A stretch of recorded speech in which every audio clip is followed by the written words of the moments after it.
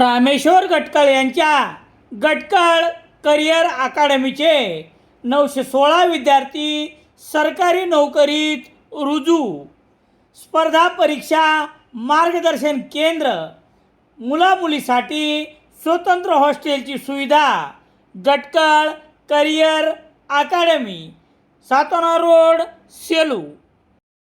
सेलू परभणी या परभणी आगाराच्या बस क्रमांक MS13 CU 7829 या बसमधील प्रवाशांना एक अनोखी जाहिरात स्टिकर. बुधवार 5 ऑगस्ट रोजी परभणीहून सेलूला येणाऱ्या दुपारी 1:15 वाजताच्या बसमध्ये पाहावयास मिळाले. गुरु महादेवजी बाबांचे हे समस्यामुक्ती स्टिकर पाहिल्यावर याबाबत SD बसच्या कोमात असलेल्या वाणिज्य विभागाबरोबरच प्रवाशांनाही चकित केले. या बसच्या आतमध्ये बसल्यावर दोन्ही बाजूने असलेल्या खिडकीच्या काचावर प्रवाशांना अगदी स्पष्ट दिसेल असे स्टिकर चिटकवून स्वतःचा नंबर देत केलेली ही जाहिरात पाहून आश्चर्य वाटते. एकीकडे एसटीतून प्रवास करणाऱ्या प्रवाशांना स्वच्छतेसाठी अधिभारापोटी ₹2 उकळले जातात आणि दुसऱ्या अशा फुकट्या जाहिरातीद्वारे निर्माण केलेली घाण वेगळीच, त्याकडे दुर्लक्ष केले जाते.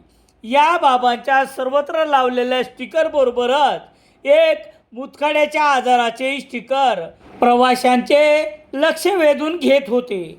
परभणी आगाराच्या या बसबरोबरच इतर बसमध्ये या बाबांनी असे स्टिकर लावून जाहिरात केली आहे का, हे मात्र समजू शकले नाही.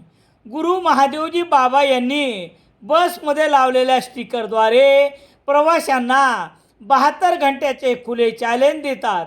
त्यांचा 31 वर्षाचा अनुभव आणि एकाच जागी 21 वर्षे दिलेली सेवामध्ये मनासारखं प्रेम आणि लग्न, वशीकरण, पती पत्नीतील बेबनाव, दुसरी अर्थात सवतीपासून सुटकेसह इतर समस्या 24 तासात फोनवरून घर बसल्या देतात.